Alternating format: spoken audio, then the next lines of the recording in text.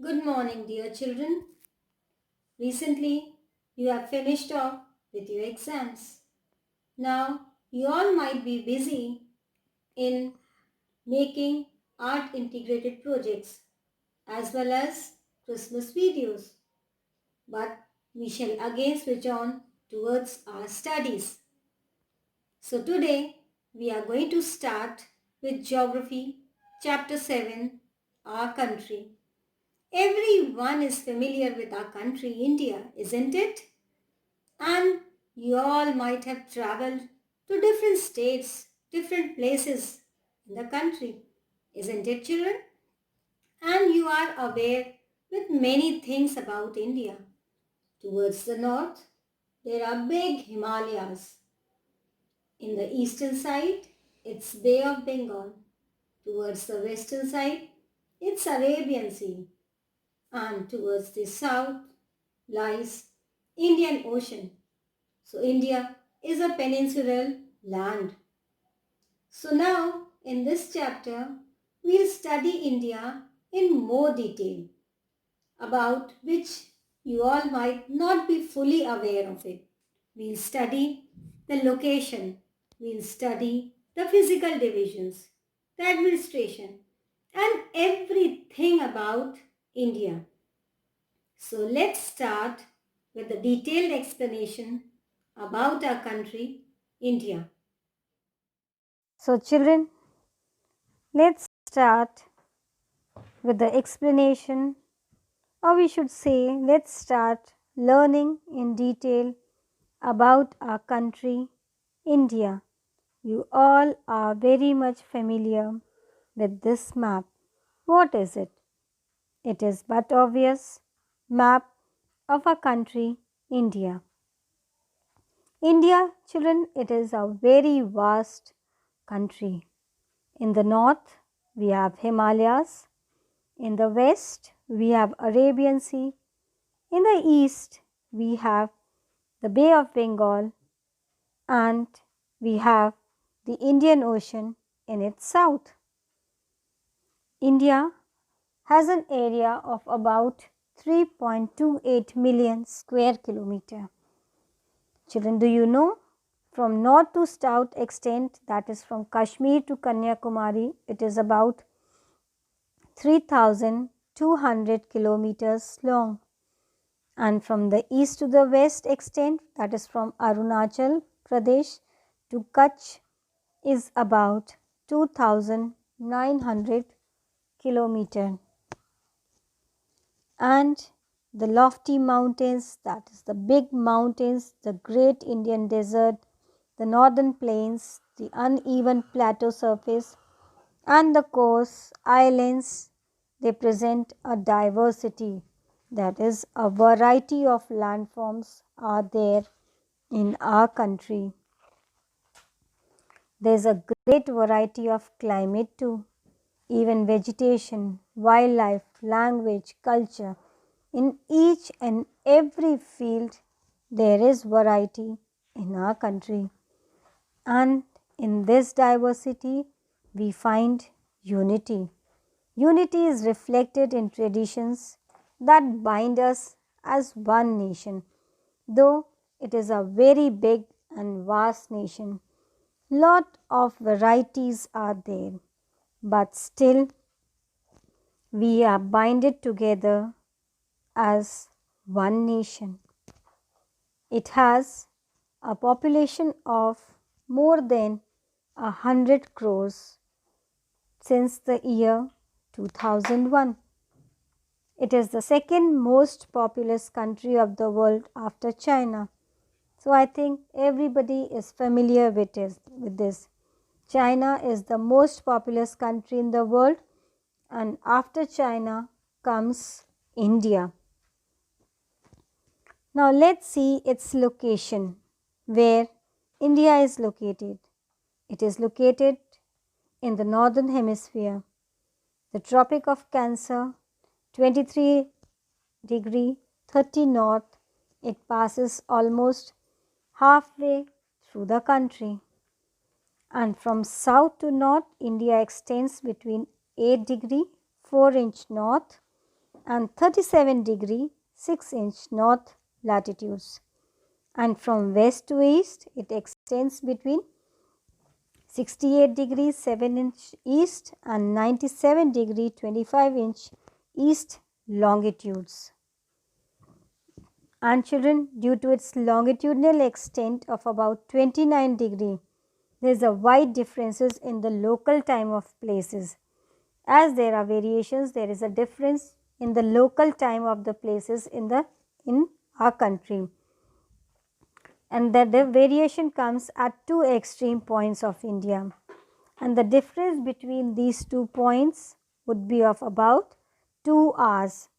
So children, within our country only, at some places there is a difference of 2 hours in some places.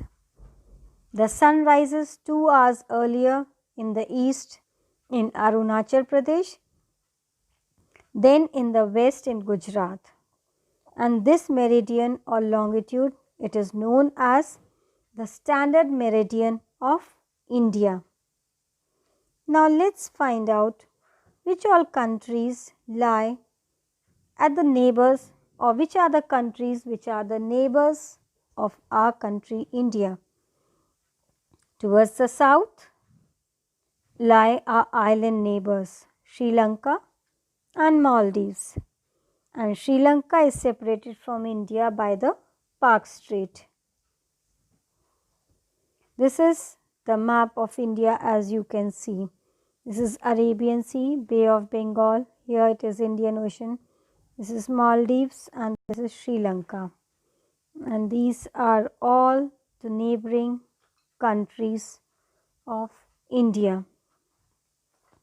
Now let's look at our political and administrative divisions of our country. India, as I have told you, it is a very vast country. For administrative purposes, just for the proper functioning of the country, it is divided into 28 states and 7 union territories, and Delhi is the national capital of the country. The states have been formed mainly on the basis of languages. Rajasthan, it is the largest state, while Goa is the smallest state in terms of area. Then the states are further divided into different districts. So this is the political map of India.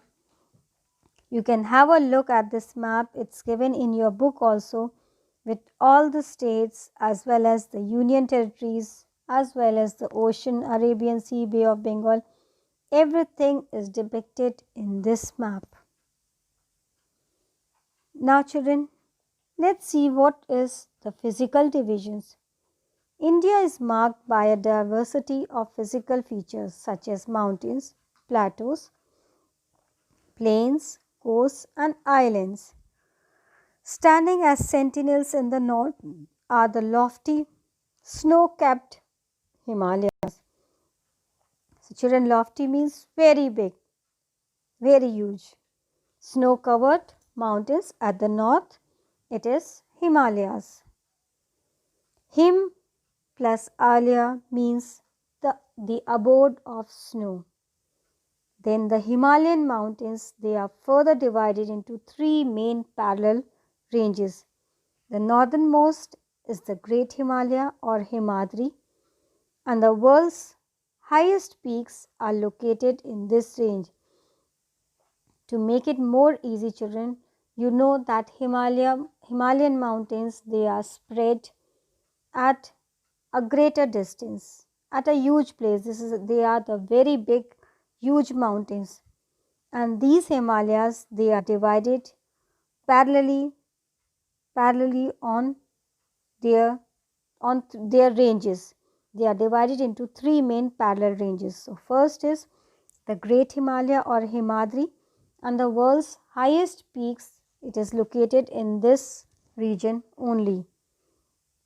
Then comes the Middle Himalaya or Himachal. It lies to the south of Himadri, and all the popular hill stations, they are situated in this area. Then after Himadri comes the Shivaliks. Shivalik is the southernmost range, and the famous, very famous 5 hill stations are there in this region, in this range. Then comes the northern Indian plains. They lie to the south of the Himalayas. And children, this area, it is flat and leveled, and these are formed by the alluvial deposits laid down by the rivers, the Indus, the Ganga, the Brahmaputra, and their tributaries. So after the Himalayas, we have the northern plains, and children, this area is very fertile and suitable for cultivation. Why? Because it is formed, this region, this area is formed by the alluvial deposits, that is by the deposits which are brought down by the rivers, these 3 main rivers, the Indus, the Ganga, the Brahmaputra, and also their tributaries. Now these river plains, they provide fertile land for cultivation, as I have told you right now, and this is the reason for high concentration of population in these plains. So this is the reason, children, in this northern plains the population is very high. Why it is high? Because these plains, they are very fertile, suitable for cultivation, suitable for the livelihood.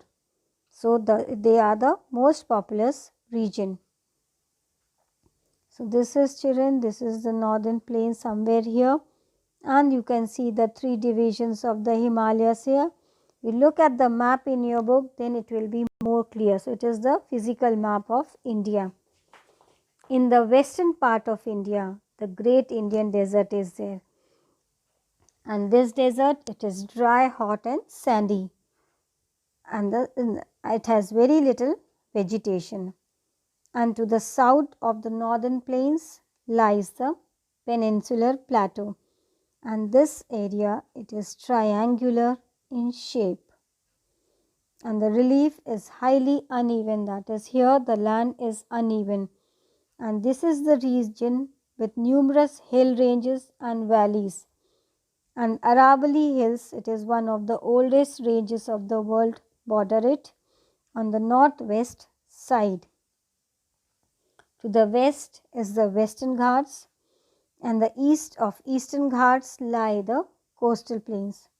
The western coastal plains are very narrow, but the eastern coastal plains, they are much broader.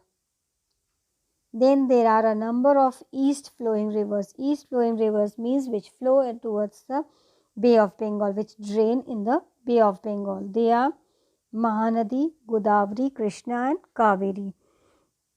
And these rivers have formed fertile deltas at their mouth. And the Sundarban Delta is formed where the Ganga and the Brahmaputra, they flow into the Bay of Bengal. Then, children, 2 groups of islands are also there as a part of India. Lakshadweep Islands are located in the Arabian Sea, and these are coral islands located off the coast of Kerala. Then the other island is Andaman and the Nicobar Islands, which lie to the southeast of the Indian mainland towards the Bay of Bengal. And tsunami is a huge sea wave generated due to an earthquake on the sea floor. I hope, children, you have now understood each and everything about our country, India, and most of the things you might be aware previously, but whatever you are not knowing, you might have understood after listening to the explanation. Go through the chapter, go through the maps which is given in the book, and try to get the clear-cut picture of our country, India. That's all for today. Thank you. Have a good day.